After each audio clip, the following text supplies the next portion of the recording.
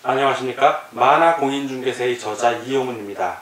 오늘은 공인중개사 법령 및 중개실무 문제풀이 5강 시간으로서 45번부터 55번까지의 문제를 같이 풀어보도록 하겠습니다. 자, 지금부터 45번 문제 시작하겠습니다. 45번. 중개 대상물의 확인 설명 사항이 아닌 것은, 자, 공인중개사가 확인 설명을 해야 되는 사항이 아닌 겁니다. 확인 설명 그러면 기본 레터 수령 일터조 해갖고 여러분들에게 암기하는 비법을 알려주었습니다. 기본 강의 시간에 1번 임차권 등 중개 대상물 권리 관계에 관한 사항. 자, 이건 확인 설명사항 맞고요. 좀 아닌 걸 고르는 겁니다. 2번 병명 및 도배의 상태. 자, 수령 일터조 벽 맞고요.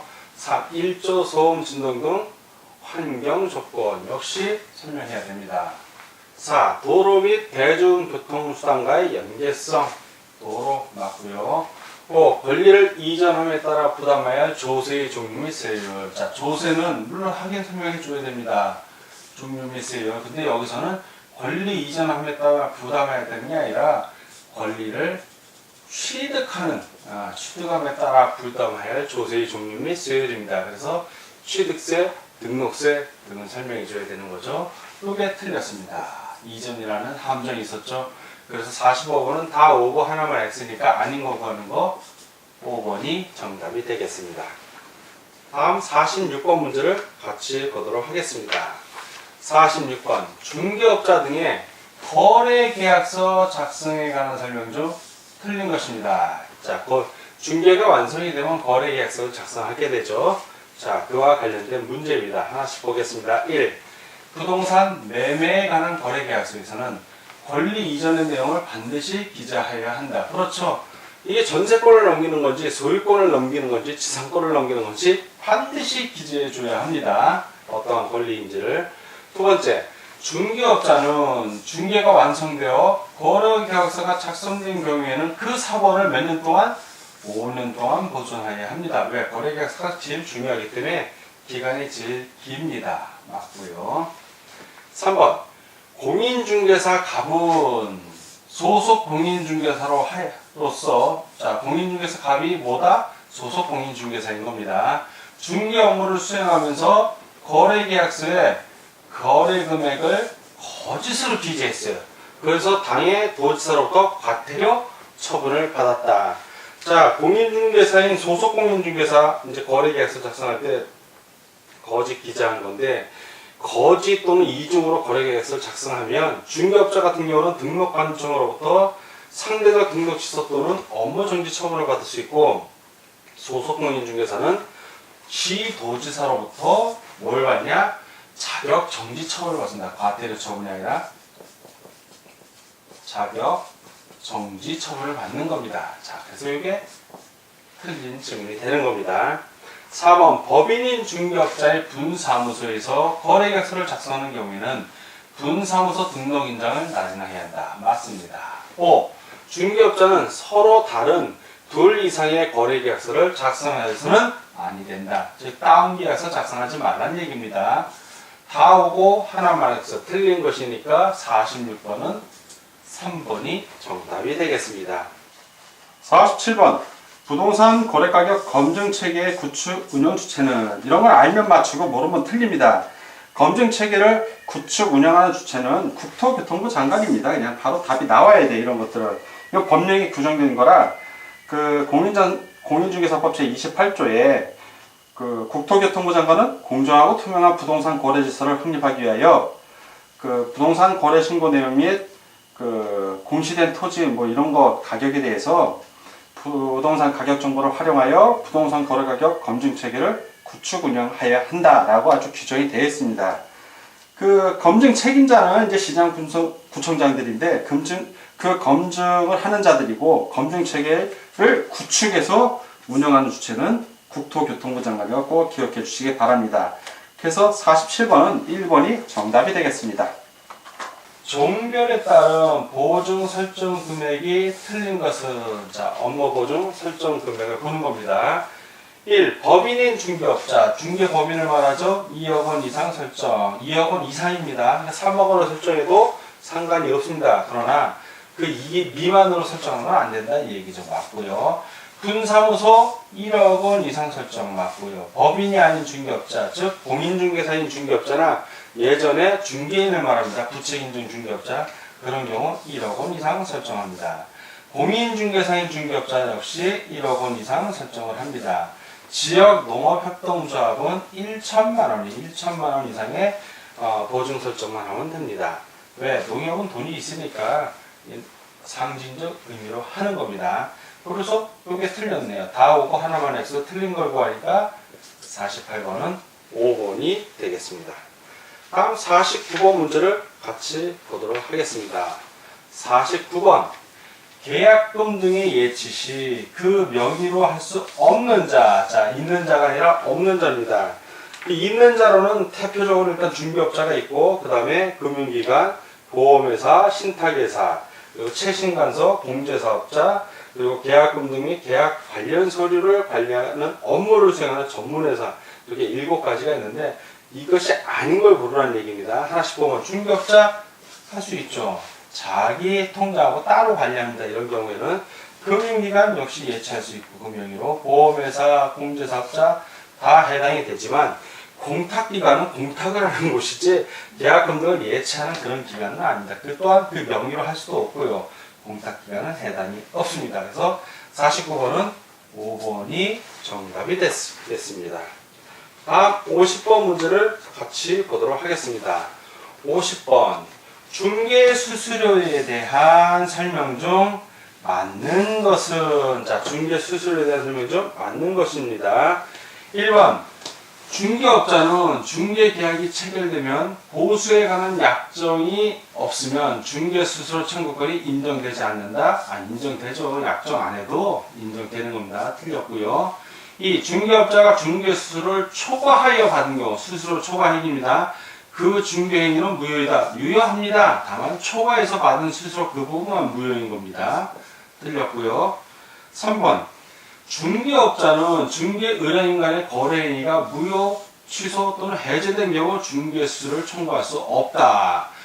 단서 조건이 있죠. 이거는 그 거래행위가 중개업자의 고의과실로 인해서 무효, 취소, 해제된 경우여야지 그냥 뭉뚱그려 이렇게 말하면 중개의뢰인 간에 자기들끼리 거래행위를 무효, 취소, 해제한 경우도 있거든요. 그런 경우에 청구할 수 있습니다.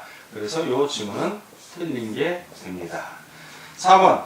주택중개의 경우 매매 교환은 거래대금 0.9% 이내에서 시도의 조례를 정한다. 맞습니다.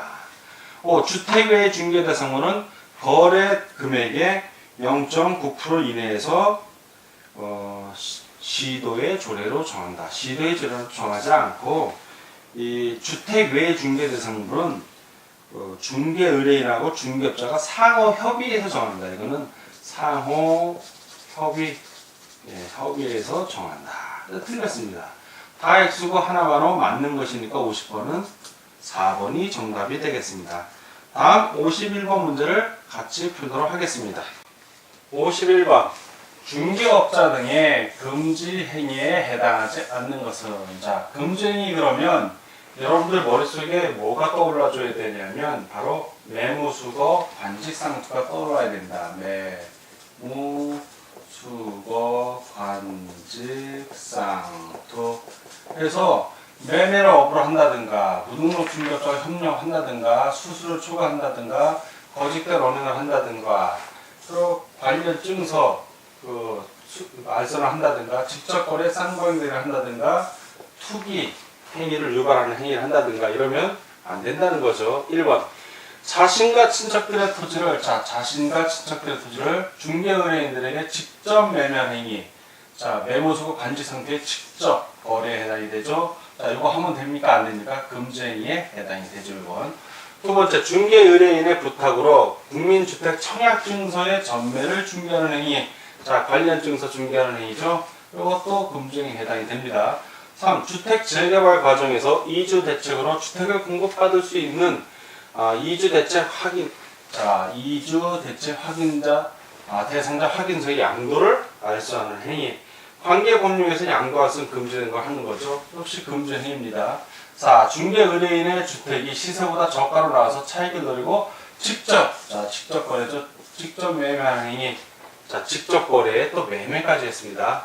5. 금지된 행위입니다. 5. 건축물 대장에 등재되어 있지 아니한 무허가 건축물 매매를 중개하는 행위. 이건 상관이 없습니다. 무허가 건축물도 중개 대상물입니다. 이거는 금지행위에 해당이 되지 않습니다. 다 오고 하나만 X 해당하지 않는 것이니까 51번은 5번이 정답이 되겠습니다.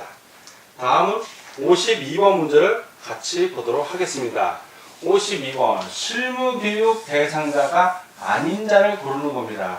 그럼 실무교육 대상자를 알면 되겠죠. 실무교육 같은 경우는 개설 등록 신청일 전 1년 이내 실무교육을 받으면 되는데 중개사무소 개설 등록을 신청하려는 공인중개사나 법인인 경우에는 사원 임원 전원 그리고 분사무소 설치 신고 시에는 분사무소 책임자 등이 실무교육 대상자입니다.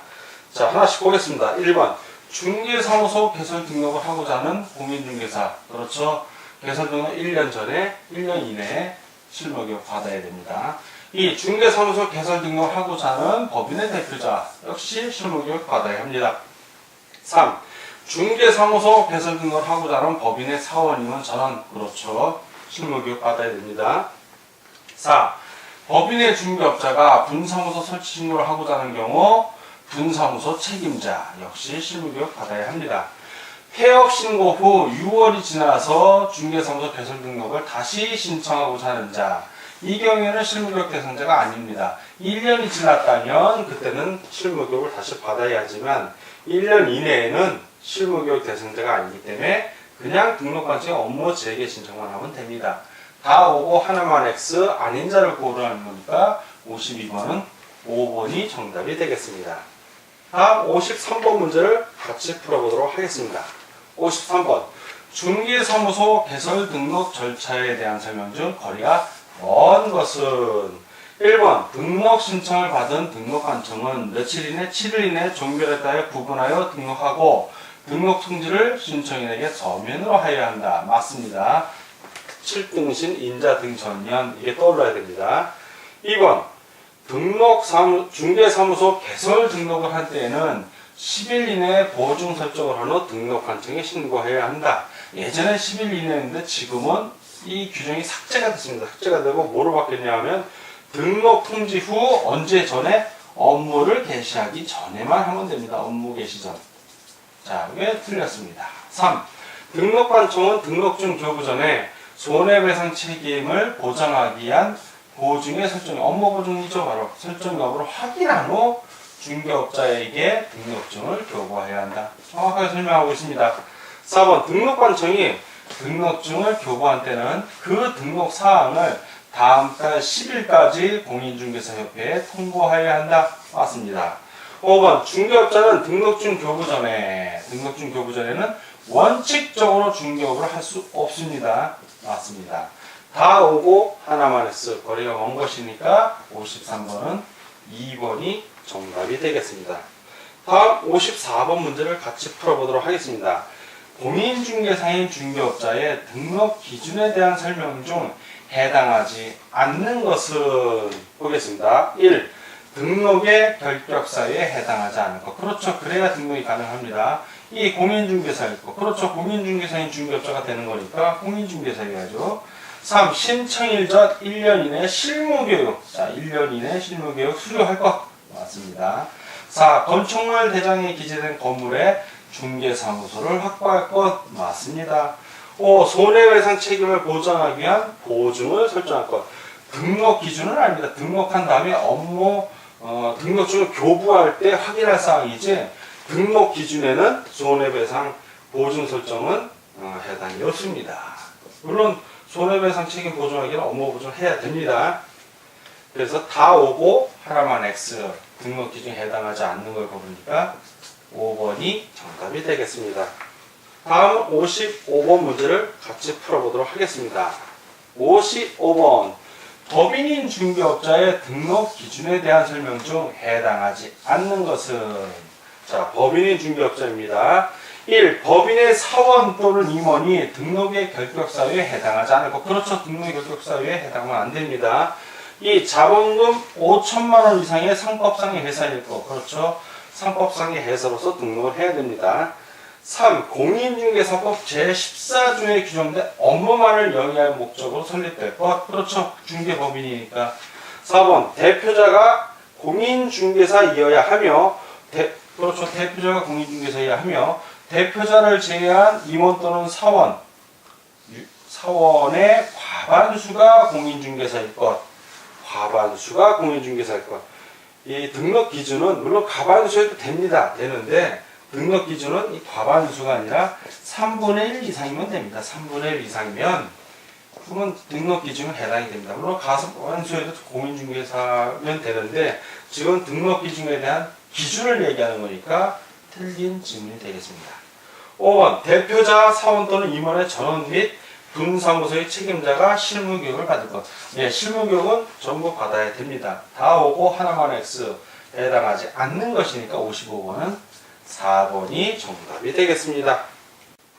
자, 지금까지 공인중개사 법령 및 중개 실무 문제풀이 5강 시간이었고 45번부터 55번 문제까지 함께 풀어봤습니다.